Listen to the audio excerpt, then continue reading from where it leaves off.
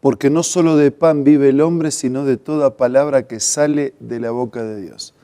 Por eso nos encontramos todos los días para compartir este espacio de lectura reflexiva, buscando ser reavivados por su palabra. Hoy nos detenemos en el capítulo 27 del libro de Éxodo. Pero antes pedimos la bendición de Dios. Señor, te suplicamos que el mismo Espíritu que guió a los profetas y a los escritores de tu palabra nos guíe para que la entendamos y también para que la apliquemos a nuestra vida. Oramos agradecidos en el nombre de Jesús. Amén. Ya hemos mencionado que en estas grandes secciones del libro de Éxodo, desde el capítulo 25 comenzó la sección sobre prescripciones, la cuarta sección, prescripciones para la construcción del tabernáculo. Y en el capítulo 27 se nos habla de distintos muebles o espacios de este tabernáculo. En primer lugar, el altar de bronce. Harás también un altar de madera de acacia de 5 codos de longitud. Entonces están las explicaciones de ese altar de bronce y del propósito de ese altar. El tamaño del altar exterior del holocausto era de más o menos, aplicando las medidas a nuestras medidas, de 2,5 metros de largo y ancho por 1 de alto, 1,5 de alto. Para que se pudiera transportar era hueco. Y eso simbolizaba el lugar donde los sacrificios habían de realizarse y donde las personas se acercaban para ofrecer su vida pecaminosa, buscando ser limpiado por la gracia del Señor. El versículo 9 habla del atrio del tabernáculo. Asimismo harás el atrio del tabernáculo. Al lado meridional, hacia el sur, tendrás el atrio, las cortinas, las columnas, el ancho. Tenemos que recordar que ese santuario era un edificio portátil pero magnífico y que cada espacio, cada lugar tenía una razón de ser por lo que simbolizaba, por lo que enseñaba. Entonces tenemos el atrio, tenemos la cubierta o el techo, tenemos las paredes, tenemos el velo. El velo era una cortina que se extendía de un lado al otro del tabernáculo para dividir en 2 ambientes. El lugar santo, que medía casi 9 metros por casi 5 metros, y el lugar santísimo, que era un cuadrado de 4,5 metros por 4,5 metros. El velo interior no llegaba hasta el cielo raso, sino que permitía que la gloria de Dios manifestada sobre el propiciatorio fuese parcialmente visible desde el lugar santo. Y el altar de sacrificio, la fuente de bronce, el interior del tabernáculo, el candelabro, la mesa de los panes, el altar del incienso, el arca del pacto, todo, como hemos visto y seguiremos viendo, ilustraba lo que costaría salvar al ser humano del pecado. Todo prefiguraba el sacrificio de Cristo, su muerte, su intercesión por nosotros en el cielo. En realidad no hay palabras que puedan describir la gloria de lo que se veía dentro del santuario. El reflejo de la luz de los candeleros de oro, los brillantes colores de las cortinas, con sus relucientes ángeles, la mesa y el altar del incienso refulgentes de oro. Y más allá del segundo velo, el arca sagrada con sus querubines, la manifestación visible de la presencia de Dios.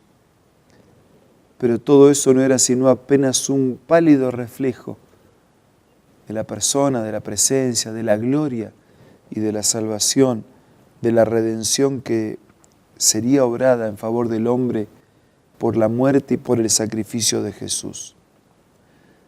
Hemos recordado así rápidamente algunos espacios del santuario, algunos de esos muebles, que en cada uno de ellos se apunta a ilustrar el papel de Cristo como nuestro Redentor, como nuestro Salvador, como nuestro mediador, como nuestro intercesor.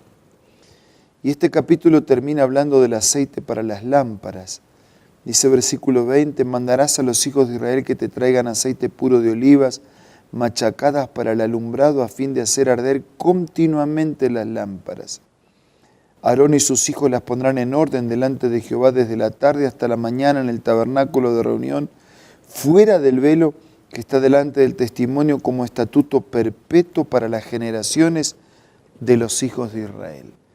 El aceite, símbolo del Espíritu Santo, la luz, símbolo de Jesús, y el brillo sería para siempre, de manera perpetua, para que todos los hijos de Israel pudieran recordar a través de todos los tiempos, y todos los seres humanos de todos los tiempos pudieran visualizar en este santuario de la tierra, que era una copia del santuario del cielo, pudieran reflejar y recibir claramente este mensaje. El pecado tiene un precio incalculable. El pecado costó el sacrificio, la muerte del Hijo de Dios. Dejó la gloria del cielo para venir a esta tierra, encarnarse en nuestra miseria, vivir como ser humano, vencer, morir, dar su sangre, dar su vida y pagar al precio infinito de su sacrificio, de su muerte, nuestra chance de salvación. El pecado se paga con muerte, porque el pecado es separación de Dios, y separados de Dios hay muerte. No hay cómo mantener la vida unido a Dios. Cuando la criatura se separó, vivió en pecado, y separado de Dios, su vida se dirigió hacia la muerte. Y Jesús vino para pagar con su vida sin pecado, el precio del pecado. Y con su vida propia y con una vida sin pecado, ocupó nuestro lugar, para que los que teníamos que morir por causa del pecado, pudiéramos tener la chance de una vida nueva y de una vida por toda la eternidad. Sí, amigos, estamos frente a uno de los temas más sublimes de la Biblia. Santuario en la tierra era símbolo del santuario del cielo para mostrarnos todo eso, para mostrarnos que el pecado conduce a la muerte, para mostrarnos que el Hijo de Dios murió para pagar el precio del pecado, para mostrarnos que al precio infinito del don precioso del cielo en la vida de Jesús podemos ser salvos. Por eso en este día tenemos que ser alcanzados por ese mismo Cristo que murió, pero que hoy desde el santuario del cielo intercede por nosotros. Y este altar de bronce y este atrio del tabernáculo y estas lámparas y esta luz nos recuerdan que el Hijo de Dios, con su sacrificio y con sus méritos, está a nuestra disposición y a nuestro alcance para pagar el precio del pecado, para perdonarnos, para darnos paz, para habilitarnos con su Espíritu para ser victoriosos y un día heredar el resultado de su entrega en una vida para siempre con Él. Por eso vamos a ser agradecidos con este sacrificio y vamos a comprometernos también.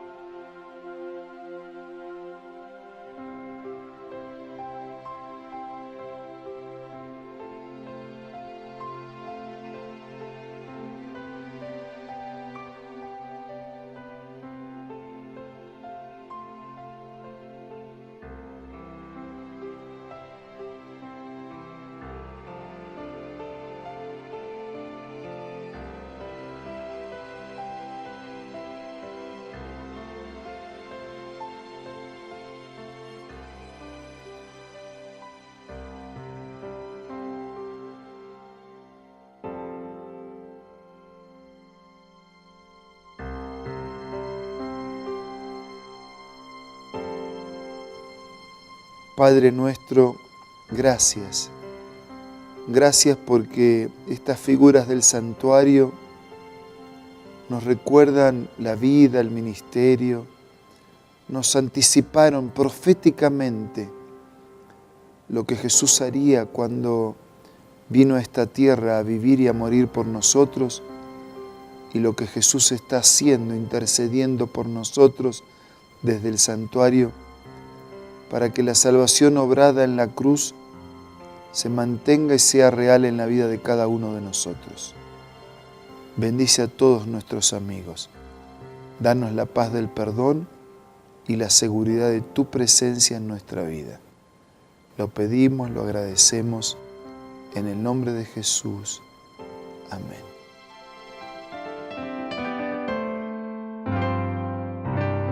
La Biblia, la palabra de Dios, es una carta donde nuestro Creador expresa su amor hacia la humanidad.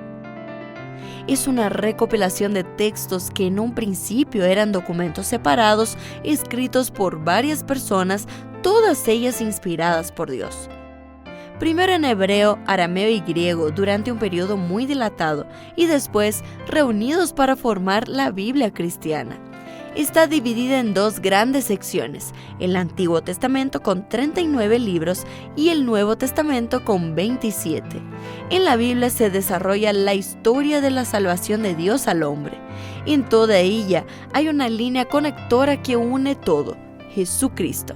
Es el personaje principal de la Biblia y el cual trae la revelación definitiva de Dios. Es considerada también el manual de nuestro fabricante. Es vital tener este ejemplar en casa y descubrir su valioso mensaje. Busca también en tu App Store o Play Store y encontrarás varias opciones. No olvides descargar también el aplicativo Reavivados por su palabra y sigue la secuencia de su lectura. La Biblia es la palabra de Dios. El mejor de los días, amparados en los méritos de aquel que murió para que nosotros podamos vivir. Les envío un abrazo y nos reencontramos mañana, si Dios quiere.